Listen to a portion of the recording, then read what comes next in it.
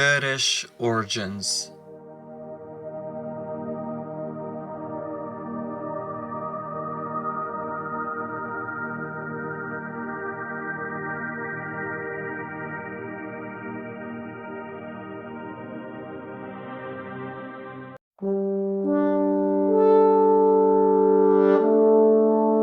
The Kurdish region has seen a long list of invaders and conquerors: ancient Persians from the east, Alexander the Great from the west, Muslim Arabs in the 7th century from the south, Seljuk Turks in the 11th century from the east, the Mongols in the 13th century from the east, medieval Persians from the east, and the Ottoman Turks from the north in the 16th century, and most recently the US in its 2003 invasion of Iraq. The Kurds reinvented themselves as Muslims after the Arab invasion and conquest, as Sunni Muslims after the Ottoman Turks' conquest, as Shiite Muslims after the Persian conquest, as Kurdish nationalists in the aftermath of World War I and the dissolution of the Ottoman Empire, as political revolutionaries, Kurdish Workers' Party or PKK in Turkey, and Iraq Kurdistan Democratic Party or KDP in the 1970s, as freedom fighters or Peshmerga in the 1990s,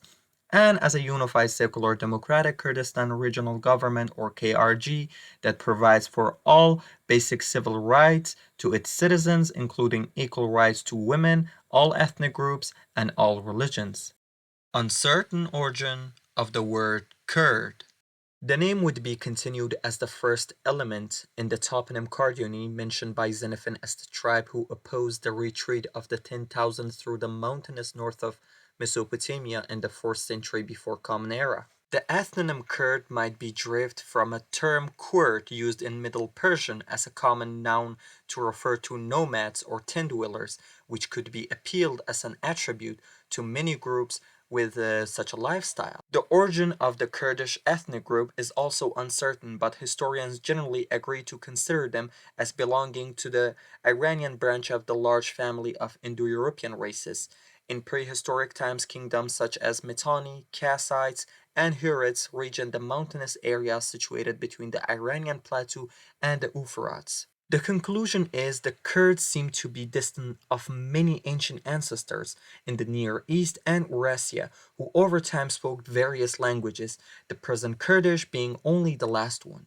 Even if you listen to the Kurdish anthem, you can clearly hear that they say, "We are the descendants of the Medes and Sayakes." Now I would like to invite you to listen to our beautiful Kurdish anthem if you are interested, of course, but if not, you can skip this part and continue watching the video.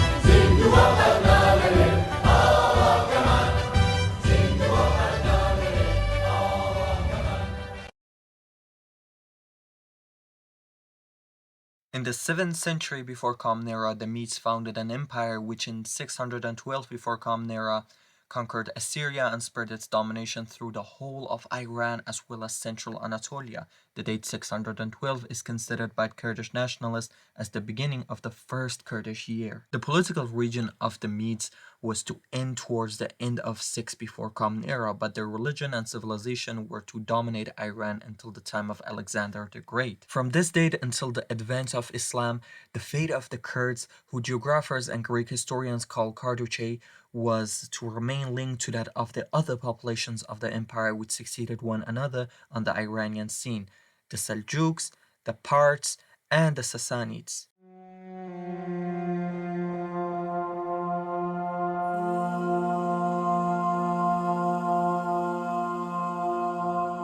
Having put up a fierce resistance to Arabo-Muslim invasion, the Kurds ended up joining Islam, as a result becoming Arabized. This resistance continued for about a century. The Kurdish tribes resisted the Arab tribes for social rather than religious reasons. All methods were used to coax the Kurds and convert them to Islam. Even, for example, the matrimonial strategy, the mother of the last Umayyad Caliph, Marwan Hakim, was Kurdish. Due to the weakenings of the Caliph's power, the Kurds, who already had a key role in the arts, history, and philosophy fields, began to assert from the middle of the 9th century onwards their own political power. In 837, a Kurdish lord, Rozi Guti, founded the town of Akhlad on the banks of the Lake Wan and made it the capital of his principality. Theoretically vassal of the Caliph, but in actual fact virtually independent.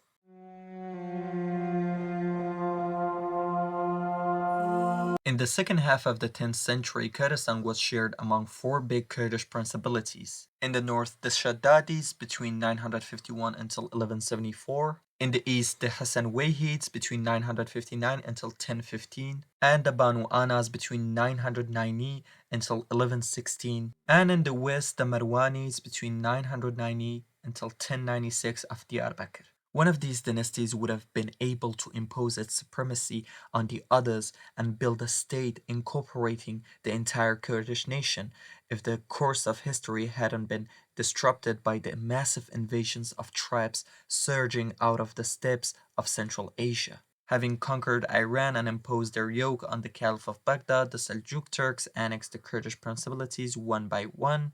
Around 1150, Sultan Sanjar, the last of the great Seljuk monarchs, created a province for Kurdistan.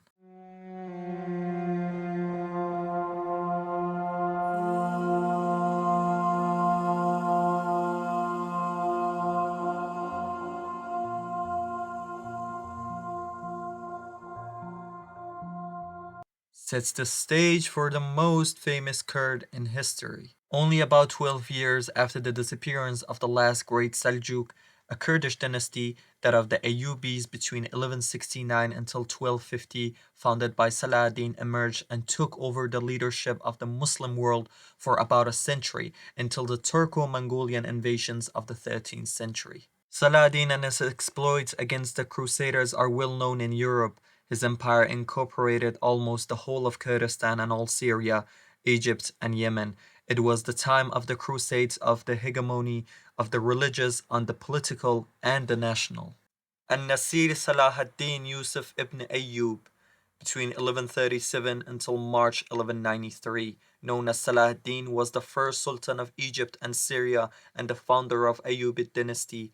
A Sunni Muslim of Kurdish origin, Saladin led the Muslim military campaign against the Crusader state in the Levant. Under Saladin's command, the Ayyubid army defeated the Crusaders at the decisive Battle of Hattin in 1187, and thereafter wrested control of Palestine from the Crusaders, who had conquered the area 88 years earlier. Although the Crusader Kingdom of Jerusalem continued to exist until the late 13th century, its defeat at Hattin marked a turning point in its conflict with the Muslim powers of the region.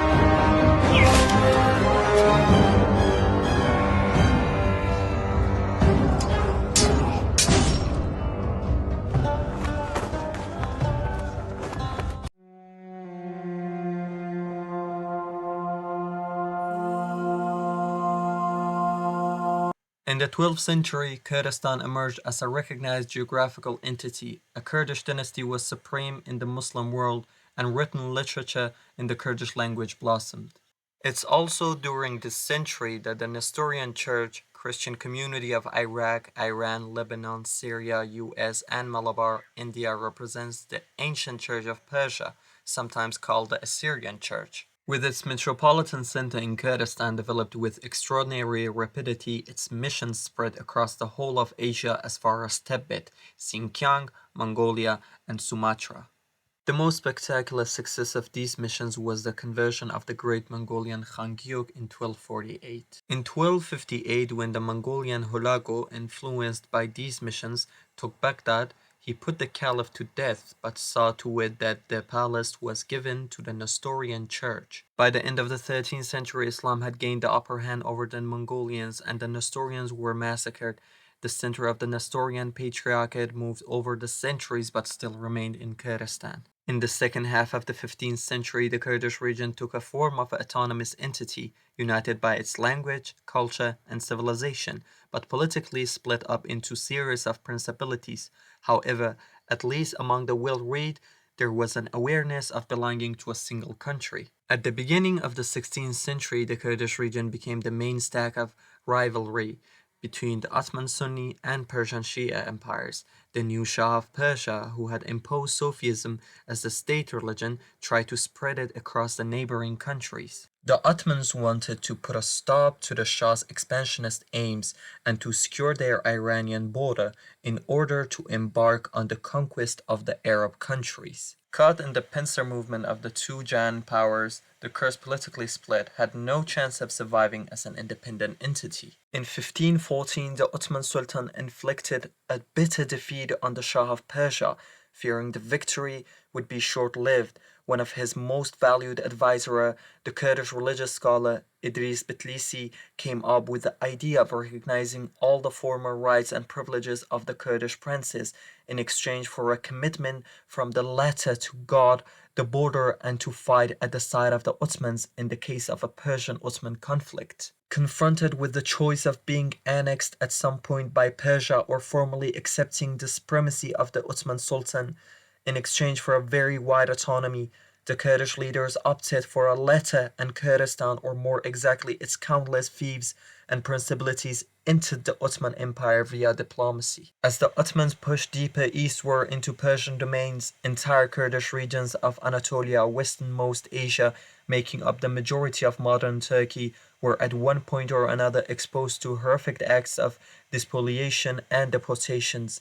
These began under the region of the Safavid Shah Tahmasp I, ruled between 1524 until 1576. Between 1534 and 1535, Tahmasp, using a policy of scorched earth against his Ottoman enemies, began the systematic destruction of the Kurdish cities and countryside. Retreating before the Ottoman army, Tahmasp ordered the destruction of all crops and settlements, driving the inhabitants before him into Azerbaijan, from where they were later permanently transferred nearly 1,000 miles east. 1500s. First History of Kurds. The Sharafnama is the book of Sharaf al-Din Bitlisi, medieval Kurdish historian and poet, lived between 1543 until 1599, written in 1597 in Persian. The Sharafnama is regarded as the main source of Kurdish history. Bitlisi wrote mostly about minor Kurdish dynasties, the vassal of larger states. The book deals with Kurdish dynasties such as Saladin the Great and his Ayyubid dynasty, ancient and medieval Kurdish principalities in Southwest Asia and the Caucasus, as well as mention of the pre-Islamic ancestors of the Kurds.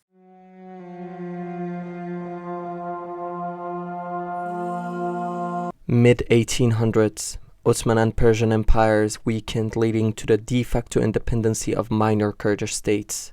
This de facto independency was to assure Kurdistan about 3 centuries of peace. The Ottomans controlled some strategic garrisons on Kurdish territory, but the rest of the region was governed by Kurdish laws and princes possessing wide autonomy. The Ottomans, protected by the powerful Kurdish barrier against Persia, were able to concentrate their forces on other fronts. As for the Kurds, they were virtually independent as the management of their affairs.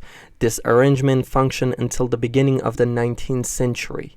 Every Kurdish court was the center of important literary and artistic life as a whole. Despite the political division, this period constitutes the golden age of Kurdish literary, musical, historical, and philosophical creation.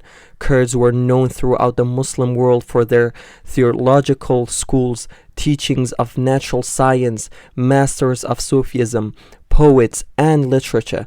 It was not until the beginning of the 19th century, when the Ottoman Empire interfered in their affairs and tried to bring an end to their independency, that the Kurds attempt to create an unified Kurdistan. Late 1800s problems for the Ottoman Empire. Ottoman centralization initiative undermined Kurdish autonomy. In 1847, the last independent Kurdish principality, that of Buhtan, collapsed. Ottoman forces were advised and helped by European powers in their fight against the Kurds.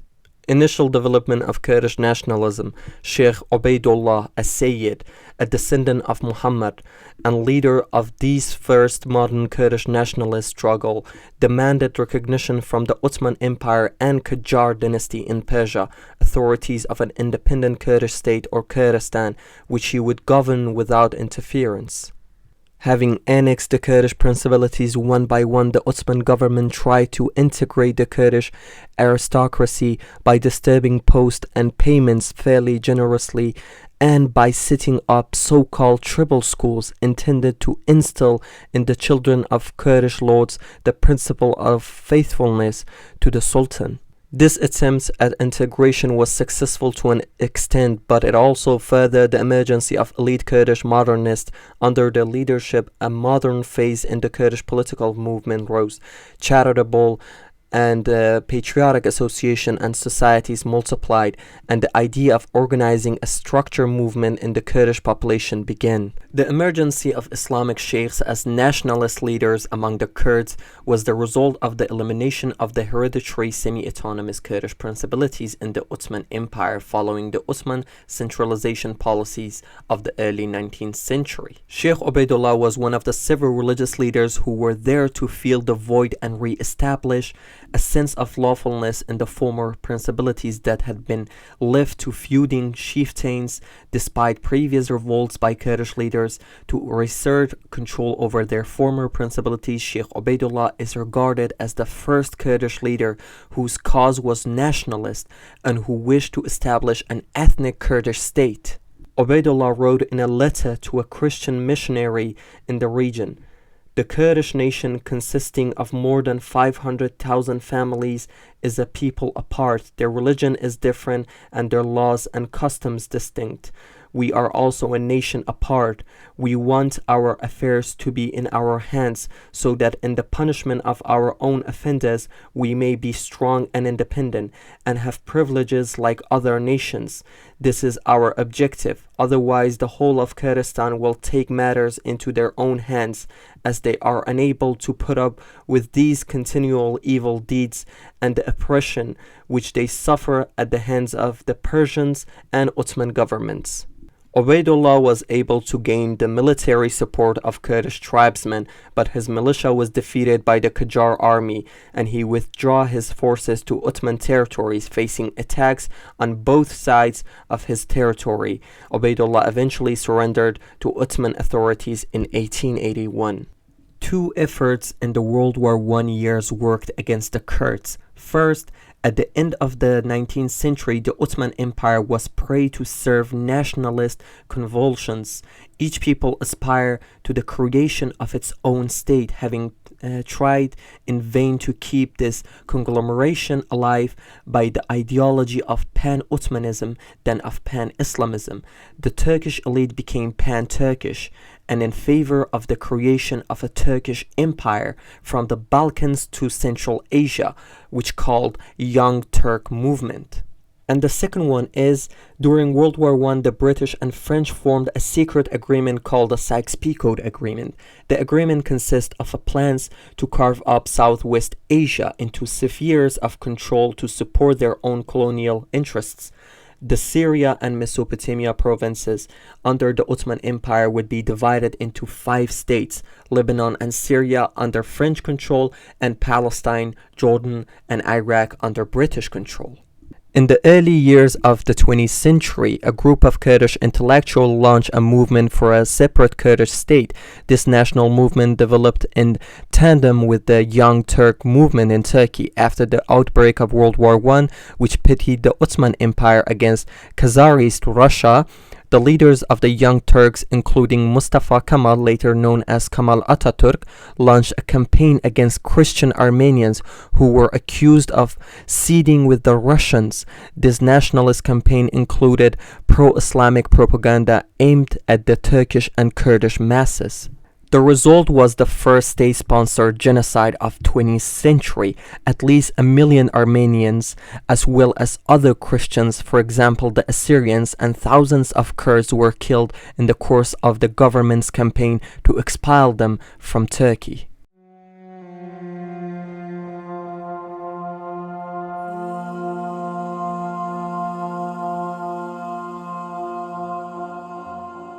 At the end of World War I, the Treaty of Sevres was drafted to deal with the dissolution and partition of the Ottoman Empire. The treaty bolstered Kurdish nationalist aspiration by providing for a referendum to decide the issue of Kurdistan homeland.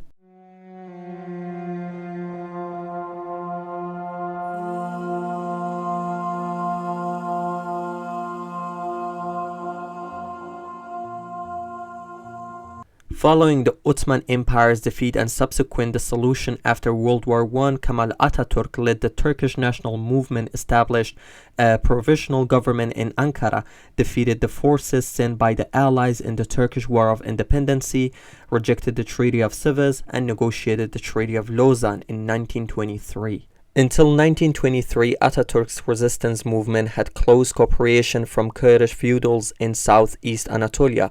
Kurds fought with his movement against the Allies' occupation in southeast Anatolia with their own armed forces. The first forces of Turkey's War of Independence were in fact recruited from the Kurdish province. According to some sources, in 1920, Atatürk promised a common state of Turks and Kurds to win the support of the Kurdish clans in resisting the harsh terms of the Treaty of Sevres, the equivalent of the First Allies Treaty imposed on Germany the year before, and in driving the Greeks out of Asia Minor. However, the Treaty of Lausanne, which annulled the Treaty of Sevres, gave control of the entire Anatolia Peninsula to the new Turkish Republic, including the Kurdistan homeland in Turkey. There was no provision in the new treaty for a referendum for Kurdish independence or autonomy. Kurdistan's hopes for an autonomous region and independent state were dashed.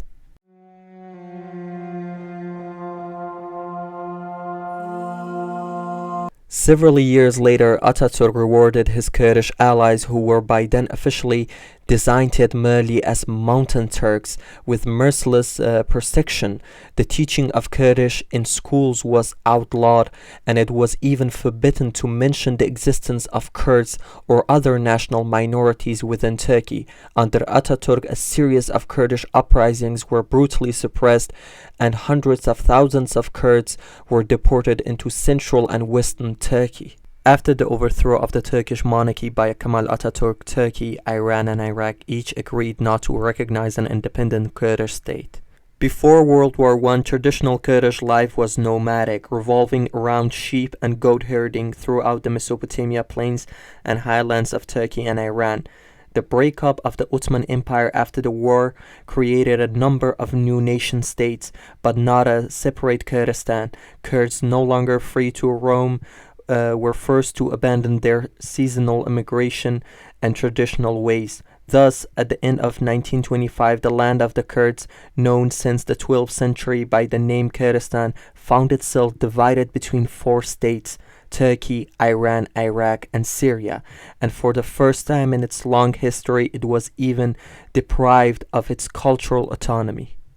Turkey, harsh cultural measures worsen. The Turkish state banned speaking and singing in Kurdish, to write in Kurdish and to publish Kurdish language books, newspapers, and journals was prohibited. The original names of majority Kurdish cities and towns were replaced with Turkish names. There was an attempt to rewrite the Kurdish narrative. Kurds who would disown their identity and accept assimilation could have achieved any rank in the state, but public space was banned to those who insist on preserving their Kurdish identity and who were not ashamed of being a Kurd. The only treatment such Kurds would get was oppression and marginalization. In 1920, after World War I, the Kurds are promised independency by the Treaty of Sevres.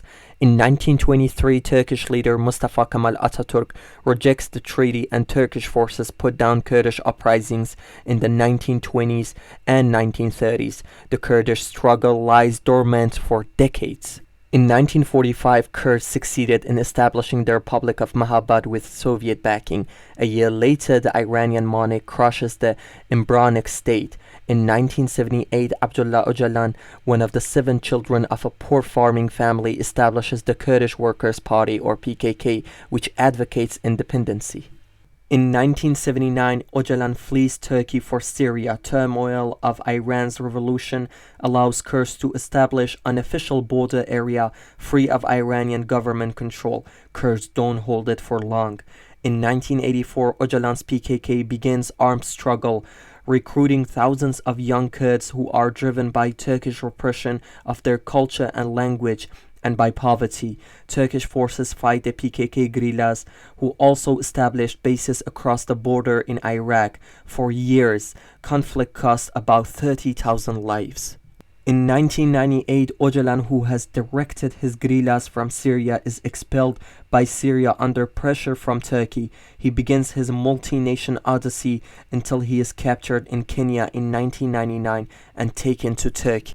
Now we will look at 1920s and 1930s failed efforts to establish Kurdish states or rebellions.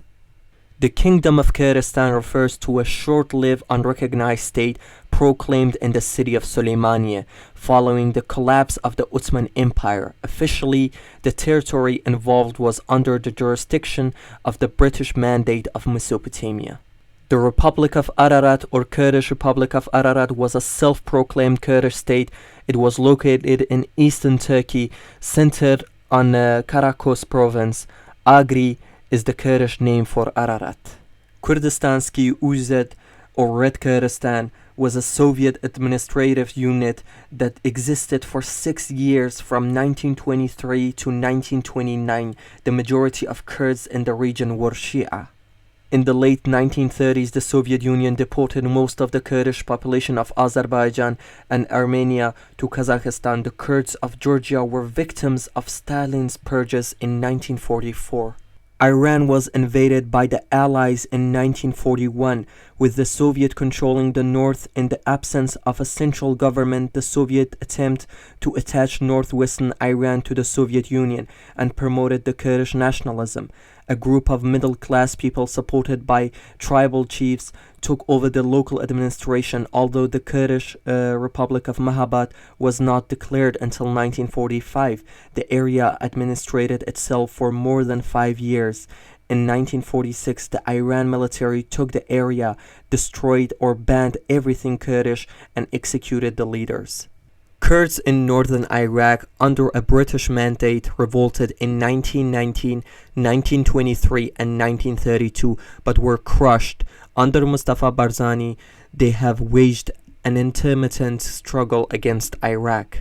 In 1970, Iraq granted Kurds language rights and self-rule, but the deal broke down partly over oil revenues. In 1974, new clashes erupted. Iraqis forced 130,000 Kurds into Iran, but Iran withdrew support for Kurds the following year. In 1988, Iraqis launched a poison gas attack, killing 5,000 Kurds in town of Halabja. In 1991, after Persian Gulf War, northern Iraq's Kurdish areas came under international protection. In 1999, two revolt Iraqi Kurdish factions, one led by Mustafa Barzani's son Mas'ud, the other by Jalal Talabani, brokered a peace deal.